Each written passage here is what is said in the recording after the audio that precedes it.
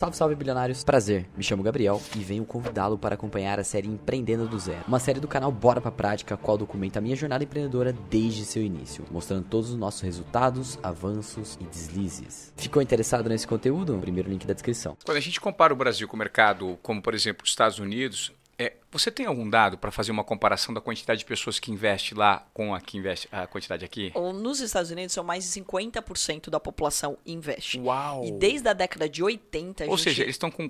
os Estados Unidos têm o quê? 300 milhões de habitantes? Mais, um pouquinho mais, né? Creio que sim. E 14 milhões já vivem de trade, né? Vivem do mercado, ou seja... Nossa. Inclusive assim, tem... algumas pessoas já devem ter visto em notícias e tudo mais. O hábito que o brasileiro tem, por exemplo, de comprar imóvel para viver de aluguel, os americanos têm o hábito de comprar ações para viver de dividendos, porque o dividendo vai ser distribuído, ou seja, o lucro da empresa. Se a empresa é sólida, se ela tem aí uma constância, né, ela vai sempre distribuir o lucro. E daí você tem como ter uma renda quase que certa ali, você já sabe mais ou menos quanto você vai ter de rendimento por ano. Aqui no Brasil a gente tem boas empresas que pagam bons dividendos. A gente tem empresas aí que chegaram a pagar 10% ao ano, levando em consideração que a taxa de juros nesse exato momento que estamos conversando está 2,75% ao ano, ou seja, é bem interessante você ganhar, além da valorização, ganhar também com os dividendos. E lá, desde a década de 80, as pessoas não investem através dos bancos, elas investem através das empresas especializadas, que são os brokers, né? São as corretoras, são os bancos de investimentos. Então, aqui ainda no Brasil, o dinheiro fica no banco. O dinheiro fica ainda nos investimentos que o meu gerente faz uma sugestão e que, assim, nada contra o gerente do banco, mas ele tem as metas deles e que são bem agressivas, por sinal, né? Sim. Então ele está fazendo o trabalho dele. Quem precisa ter a educação para tomar decisões somos nós. Claro, né? claro. Então o que a gente não pode é ser refém da opinião do outro. Claro. Carol, quando você fala sobre esse cenário que vem crescendo aos poucos, eu me pergunto o seguinte... A gente está, inclusive, fazendo esse podcast para democratizar essa informação com você, que pediu mais conteúdo relacionado a investimento, a finanças, a como gerenciar melhor o seu dinheiro. Quais são, na verdade, os pontos que você nota que são os principais obstáculos para essas pessoas aqui no Brasil começarem a investir? Levando em conta que nós precisamos deixar bem claro na cabeça das pessoas que nós vivemos num país formado por pelo menos 80% de pessoas que são pobres. São pessoas que não necessariamente vivem, né, mas sobrevivem, vivem correndo, vendem o almoço para comprar janta, estão preocupados em saldar as dívidas e não investir o dinheiro, porque essa é a cultura, infelizmente, do brasileiro, né? Uma educação muito frágil, a falta de uma educação sólida, de uma conscientização de imposto. O cara, quando ele está preocupado em se alimentar, ele não se preocupa em se educar, né? É o segundo passo. Então, de que forma você nota que existem muitos obstáculos e como sanar esses obstáculos? Tudo começa pela educação, né? Eu sou apaixonada pela educação, inclusive sou sócia fundadora de um instituto de empreendedorismo, que é o Instituto Êxito. Conheço, E tem, assim, incrível trabalho, né? A gente fez em um pouco mais de um ano 350 cursos de graça na plataforma, porque através do empreendedorismo e da cultura e aprender sobre dinheiro, a gente muda a realidade do nosso país. Então, o primeiro passo é que nós temos crenças limitantes sobre dinheiro. Nós acreditamos que o dinheiro ele faz mal, que o dinheiro é pecado. Ah, não, mas eu adoro dinheiro. Mas toda vez que você ganha dinheiro, você não trata ele bem.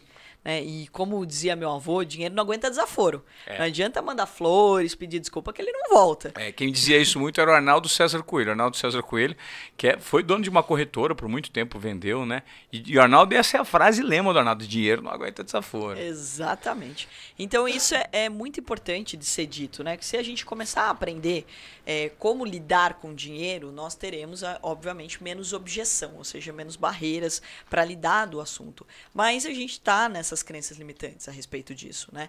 Então o primeiro passo é se educar. Então às vezes a gente fala, putz, não, mas o cara tá, né, vendendo almoço para pagar a janta. E o que acontece? Ele tá nessa situação porque nós vamos passando por gerações e gerações essa questão do dinheiro ser algo desafiador. Eu preciso de muitas horas, eu preciso trabalhar muito para eu ganhar dinheiro. Toda vez que vê uma oportunidade de ganhar dinheiro, já fala, puta, mas dinheiro fácil não existe. Então, não é dinheiro fácil, mas quanto vale a sua hora de trabalho? Eu vejo algumas pessoas escrevem para mim falando, Carol, mas eu não tenho tempo de fazer seu curso, seu treinamento.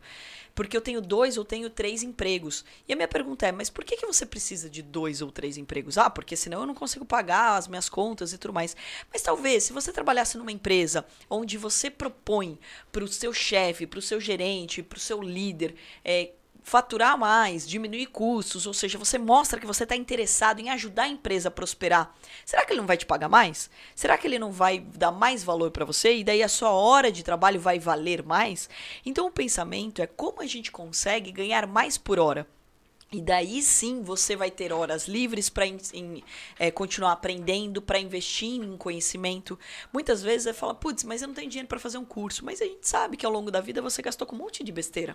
Então coloca na ponta do lápis, para onde está indo o seu dinheiro? No que você está investindo? Se você não investir em você, o maior ativo que você pode investir é você mesmo. É cuidar de você, cuidar da sua saúde, do seu sono e do seu conhecimento.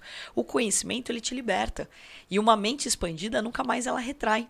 Então, o que a gente precisa começar a falar abertamente é, sim, da popularização, é da educação, é de como a gente ensina as nossas crianças, é como a gente ensina as famílias a lidar com a situação do dinheiro, né? Então, e eu venho falando bastante a respeito do papel que, inclusive, a mulher tem na sociedade. Eu vejo muitas amigas minhas, né, terceirizando a responsabilidade do dinheiro. Eu vou falar pro meu marido, eu vou falar pro meu namorado, eu vou falar com o meu pai. E é o papel dela. Hoje a gente já dominou o mercado de trabalho.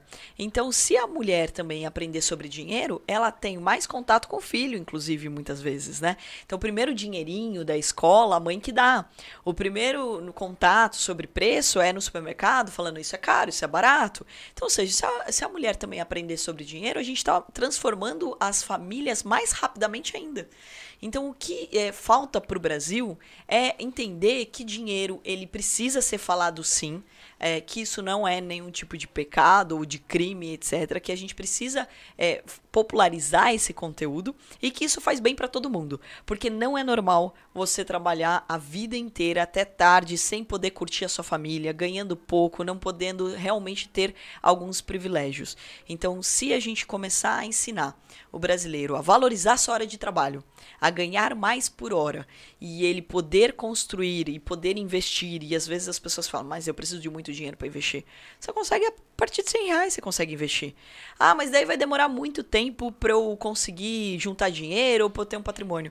Eu vou te contar uma coisa, você vai viver muitos anos. Então, e com o avanço da medicina e de tudo que a gente vem tendo na tecnologia, se você vai viver muitos anos, você prefere viver bem em algum momento aí, ter essa virada de chave, ou você vai continuar sofrendo com o dinheiro a vida inteira porque você quer sempre gastar no presente?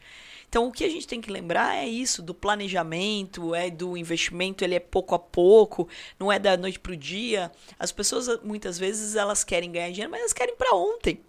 Sim. Você não aprendeu a andar em um dia, você não aprendeu a falar em um dia, você não aprendeu nada em um dia. Então, é diferente você aprender e aplicar isso por meio da educação e com persistência do que você ganhar na loteria, né? O brasileiro ele tem essa cultura de querer tudo muito pronto.